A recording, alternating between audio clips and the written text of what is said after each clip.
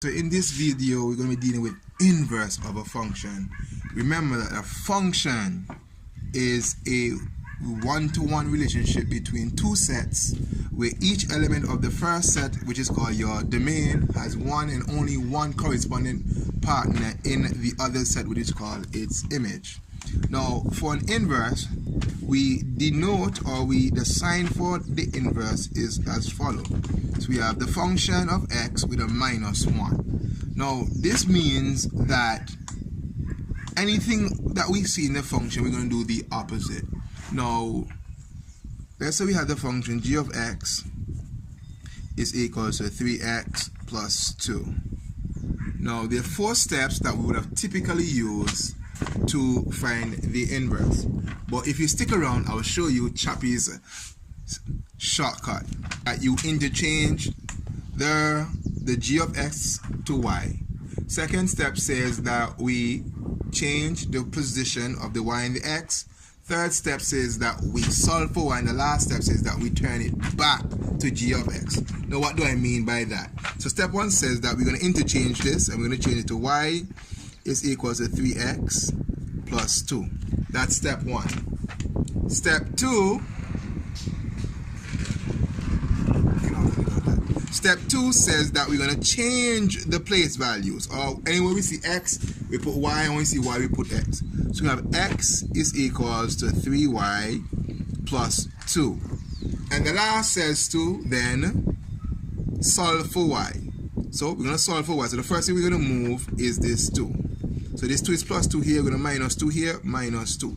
So we're going to have x minus 2 is equals to 3y. And because we're looking for y, 3y, divide that side by 3, divide that side by 3. So x minus 2 over 3 is equals to y. Alright? Shortcut! Oh! Yeah. So, and the last step says to change the y back to f of x. Well, in this case, g of x. So that will be the inverse. Shortcut! Alright, so here's a shortcut. G of x is equals to 3x plus 2. You ask to find the inverse. Please note that the x is the star in a function, so which means that the x does not move. So I put back the x. Now I say with respect to x, what this is doing. With respect to x, this is adding 2. So the opposite of addition is subtraction. So I minus 2. This 3 is being multiplied by the x. Opposite of multiplication, division. And please note, these answers the same.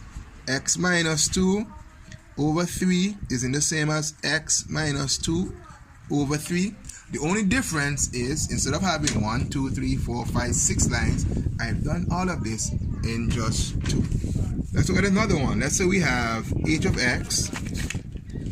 h of x is equals to 4x plus 10 over 2. And we ask to find its inverse. So instead of changing h of x to y, interchange the value of x and y, then solve for y, and then change back the y into h of x with a -1. Let's use the shortcut. So the x we know is the star of the function, so the x goes there. Then we look at what the other numbers are doing with respect to the x. This 10 is being added to the x. So the opposite of addition we know will be subtraction.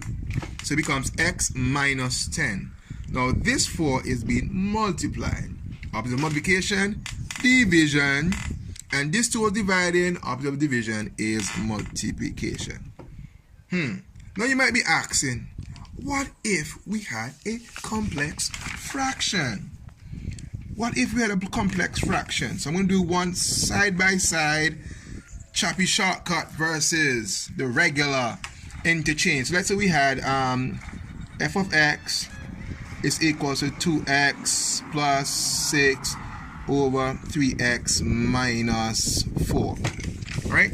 According to the steps, it says we're going to change the value of y, change f of x to y, and we're going to have 2x plus 6 over 3x minus 4. Interchange y and x, so x would be equals to 2y plus 6 over 3x minus 4. Alright, here comes the tricky part. Now, it says to solve, oops, this should have been a y. It says to solve for y. So the first thing you would have done was take this, that's in the denominator, and bring it up. So you're going to have it x, this is divided. When it comes up, it becomes multiplication. 3y minus 4 is equals to 2x plus 6. We're going to remove the bracket using the distributive law. So this becomes 3xy minus 4x is equals to 2x plus 6. Then, because we're looking for y, we're looking for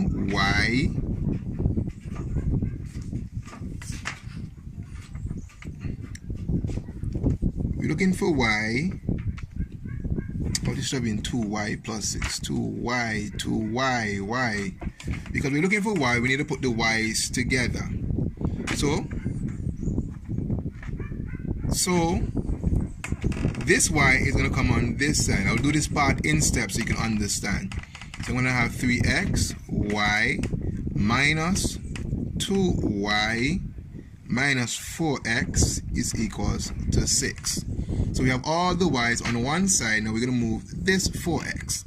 So we have 3x, y, minus 2y is equals to 4x plus 6, or 6 plus 4x, same diff. Alright, so now we have two y's. Now the only way to get rid of, so we're going to have one y, is to factorize. You said it. So we're going to factorize out here y. And once we factor out y, we have 3x minus 2 is equals to 4x plus 6. So y by 3x minus 2 is equal to 4x plus 6. So final step, for second to last step, is to say that y is equals to 4x plus 6, so we can put the value of y, over 3x minus 2. And the last step is to change back the y into f of x is equals to 4x plus 6 over 3x minus 2. Okay? Let's look at a shorter way. Alright, so f of x is equal to 2x plus 6 over 3x minus 4. Believe it or not, all of this, what we just did, was just to show that this number here and this number here has exchange position. So the inverse of that